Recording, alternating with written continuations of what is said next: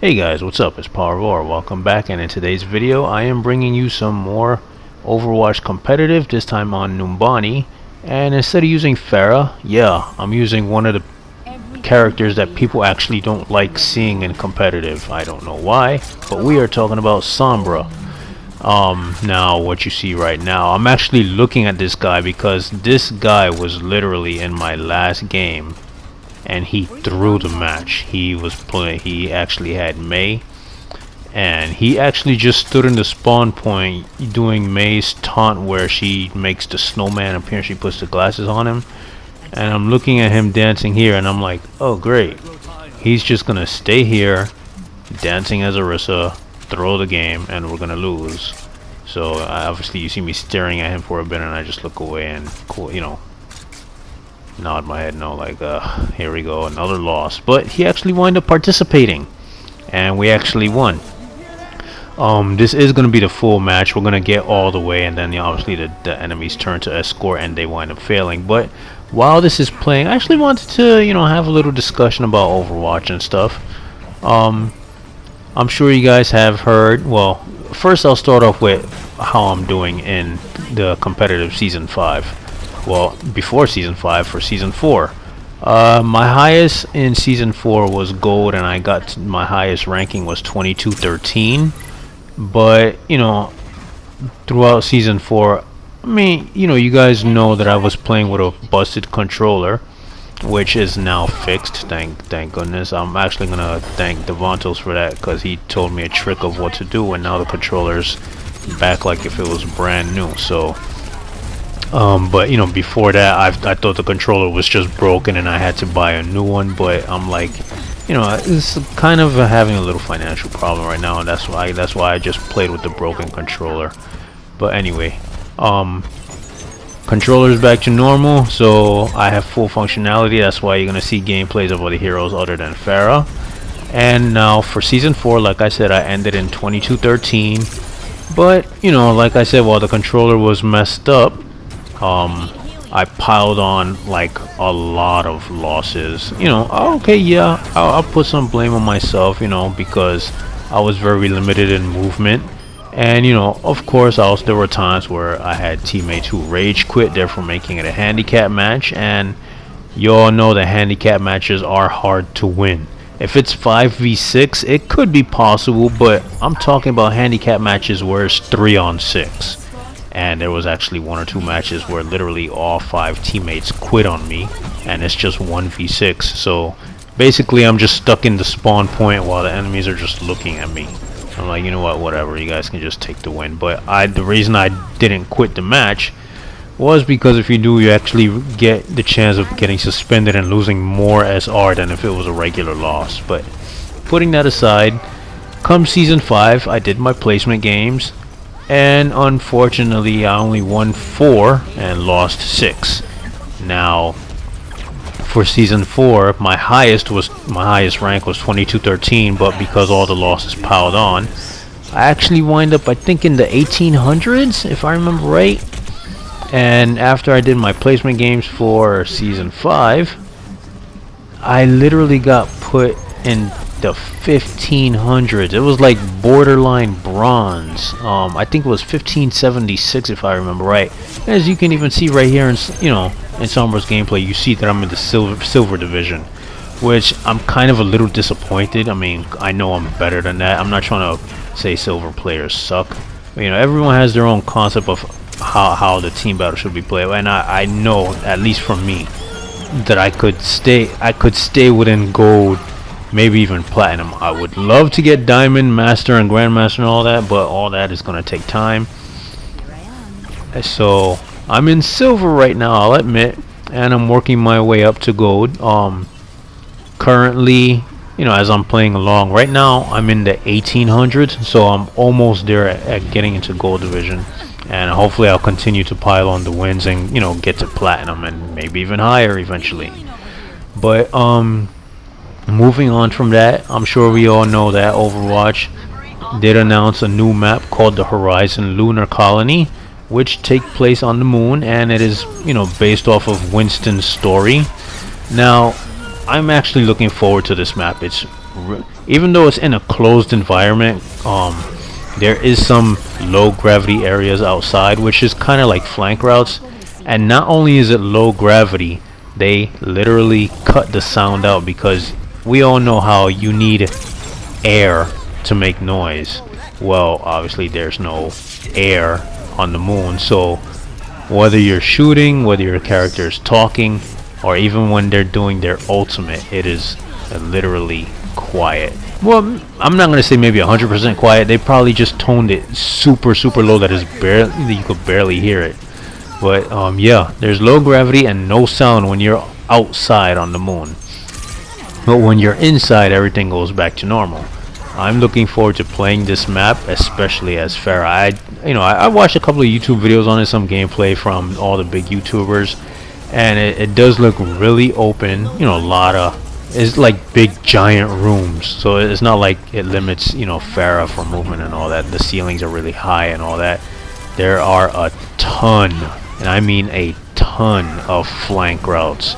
So this map especially looks suited for the flankers, Tracer, Genji, Farah, Winston. Even dive composition might work really well in this. And there looks like to be a lot of long lines of sight for Widowmaker, because I kind of noticed you don't really see a lot of Widowmaker in competitive, at least, you know, in the ranks that I've been silver, gold, and platinum. I haven't really seen much Widowmaker. But other than that, what else can I talk about? That map is right now is currently in the PTR, you know, for testing, see how it plays out. And I'm gonna, usually when new maps like that come out on the PTR, we should kind of expect to see them, you know, on the live game in like maybe a week or two. So think anywhere, you know, I could be wrong, this coming week, maybe the following week after that. Okay, next thing I wanted to talk about is a new hero that's coming out, which seems to be, his name is Hammond? Hammond?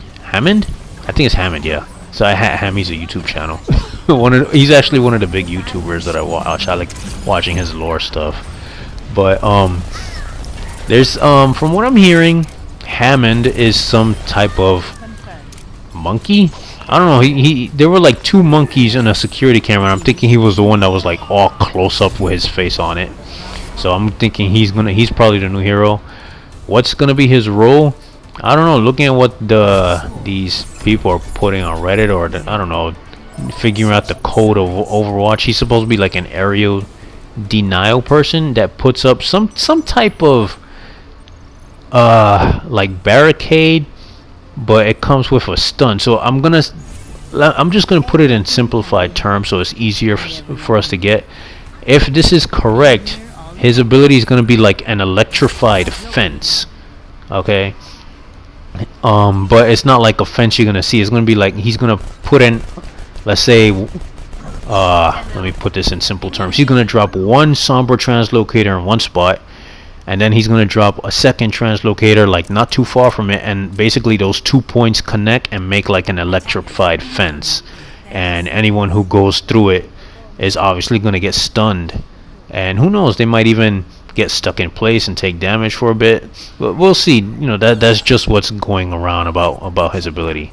What's going to be his ultimate and what's going to be his weapon, who knows. I'm sure Overwatch is a first person shooter, so I'm sure he's going to get some type of gun. But other than that, let's see. Another thing that I do want to talk about is the one that we're all seriously looking forward to, and it's based off of what happened in this map here, and that's right, I'm talking about Doomfist. I haven't spoken about Doomfist in a while, other than what his powers and stuff could be. And I actually had an idea that I really would like Blizzard to consider. Now, I'm a small guy, so I doubt that'll happen, but this is my opinion of what I think would seriously be epic. Now, we all know that Doomfist came, okay, he attacked the airport, okay, caused utter destruction with the OR-15s, and we're gonna assume that right now he has his gauntlet back. He came, he destroyed, okay, and he's gone. In and out really quick. No, basically, you know, no photos, no pictures of him were taken, or yada yada yada as far as the story goes. So How about instead of Blizzard doing this, instead of leaving Doomfist for BlizzCon, which obviously is Blizzard's their version of E3, for their games. Instead of waiting for Blizzard to make put Doomfist at BlizzCon and reveal him with a trailer and all that, why not put him in the game like right now? Now I'm not saying that because I want to play him. Okay, I'm sure we all do, but think about it. He came, he caused destruction, he caused the chaos in Numbani and got his glove back and he disappeared. So imagine if Blizzard just put him in the game right now. Okay? No trailer. Okay? No announcement, no nothing. He just appears in the game. Can you imagine the total chaos that Overwatch would fall into in quick play and competitive, because people all of a sudden now have to figure him out. What's his counter? Try to set up team compositions around him so that it works. It would just be total chaos, and that's pretty much what Doomfist is about. He's chaos. He brings chaos into the Overwatch story. So him just appearing out of nowhere as a character to choose is gonna just throw a lot of us players into chaos, like, oh crap, he's here, what do we do, what's his counter, who can we use to counter him, who can we use to best work with him so we can win team games, how do we use him so we can win competitive? It's gonna make Overwatch so much fun and chaotic. Okay, crazy. It's gonna be like crazy, but in a fun way, at least to me.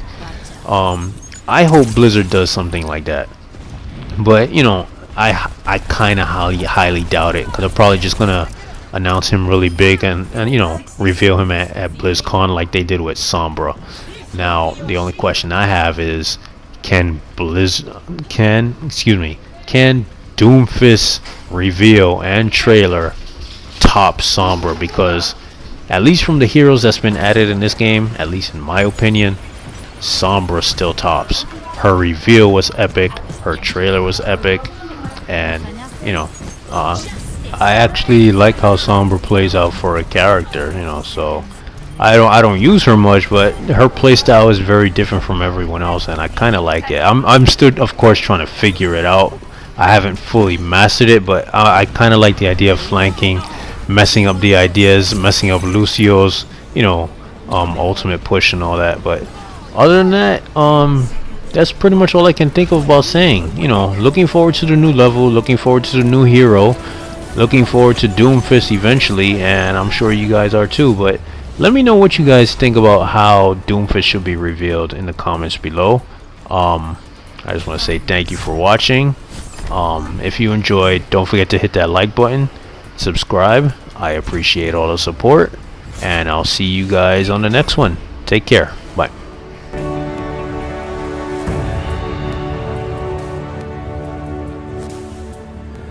Play of the match.